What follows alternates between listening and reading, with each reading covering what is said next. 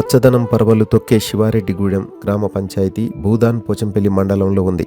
జిల్లా కేంద్రం యాదాద్రి భువనగిరికి, రాష్ట్ర రాజధాని హైదరాబాద్కు 40 కిలోమీటర్ల దూరంలోనే ఉండడం వల్ల ఆధునిక కార్లు, బైక్లు, స్మార్ట్ ఫోన్లు, డిజిటల్ పేమెంట్లు ఎక్కువగా కనిపించినప్పటికీ పూర్తిగా వ్యవసాయం, అనుబంధ రంగాలు, పశుపోషణ, సాంప్రదాయ వృత్తుల జీవనాధార నేపథ్యం వల్ల ఈ ఊరు పల్లె సహజత్వాన్ని కోల్పోలేదు.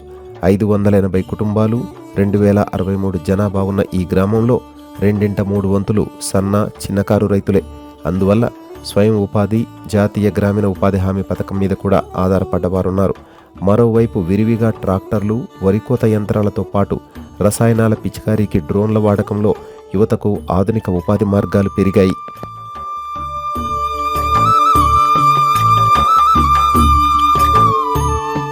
మూడొంతుల మంది అక్షరాస్యులే ఉన్న ఈ గ్రామస్తులకు స్మార్ట్ ఫోన్లు, కంప్యూటర్, ఇంటర్నెట్, డిజిటల్ చెల్లింపులపై ఆసక్తి ఎక్కువ. అన్ని రకాల ప్రభుత్వ శాఖలకు సంబంధించిన కేంద్ర రాష్ట్ర పథకాలపై అవగాహన కూడా ఎక్కువ. గ్రామ పంచాయతీ క్లోరినేషన్ చేసిన సురక్షిత తాగునీరును పైప్లైన్ ద్వారా గ్రామంలోని ప్రతి ఇంటికి అందిస్తుంది.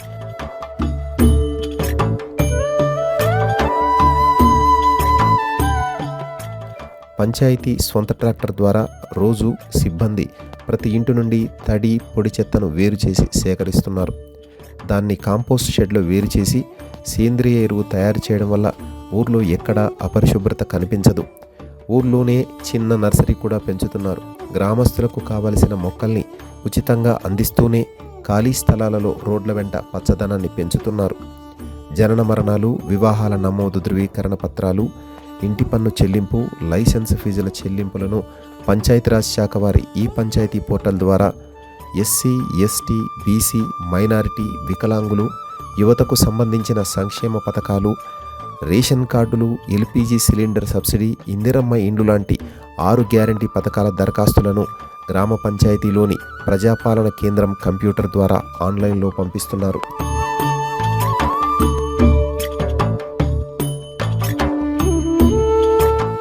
4-5 సంవత్సరాల క్రితం వరకు త్రాగునీరు, వీధి దీపాలు, పారిశుద్ధ్య సేవలు, ఆస్తి పన్ను, ఇంటి నిర్మాణం, లైసెన్స్ ఫీజుల వివరాలు, ఇబ్బందుల విషయంలో గ్రామస్తులు నేరుగా పంచాయతీ కార్యాలయానికి వచ్చేవారు. ఒకే సమాధానం ఒక్కొక్కరికి విడివిడిగా చెప్పడం వల్ల ఎంతో సమయం వృధా అయ్యేది. దీనికోసం ప్రభుత్వ పథకాలు, హెల్ప్ లైన్లు, కాల్ సెంటర్లు, ప్రభుత్వ పోర్టళ్ల వివరాలను గ్రామ పంచాయతీ గోడలపై రాయించారు. అంతేకాకుండా సేవల సమాచారాన్ని నేరుగా అందరికీ ఒకేసారి చేరవేయడం కోసం ప్రజాప్రతినిధులకు, మహిళలకు, యువతకు విడివిడిగా వాట్సాప్ గ్రూపులను ఏర్పాటు చేసి అందులో ఉంచిన ఇబ్బందులను పంచాయతీ సిబ్బంది తెలుసుకొని పరిష్కరిస్తున్నారు.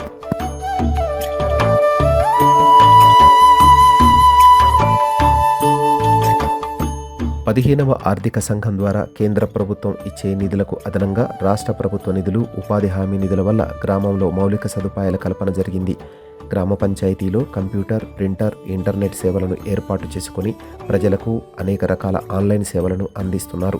గ్రామ సభలలో, గ్రామ పంచాయతీలో తీసుకునే నిర్ణయాలను నిర్ణయ్ యాప్లో అప్లోడ్ చేస్తున్నారు. నాణ్యమైన ఉచిత వైద్యం ఆరోగ్య ఉప కేంద్రం ద్వారా గ్రామస్తులందరికీ అందుతోంది. అంగన్వాడీ సెంటర్ ద్వారా సమగ్ర పోషక ఆహారాన్ని బాలబాలికలు, గర్భిణీలు, బాలింతలకు అందిస్తున్నారు. లబ్ధిదారుల వివరాలను పోషణ్ అభియాన్ MCH పోర్టల్లో అనుసంధానిస్తున్నారు.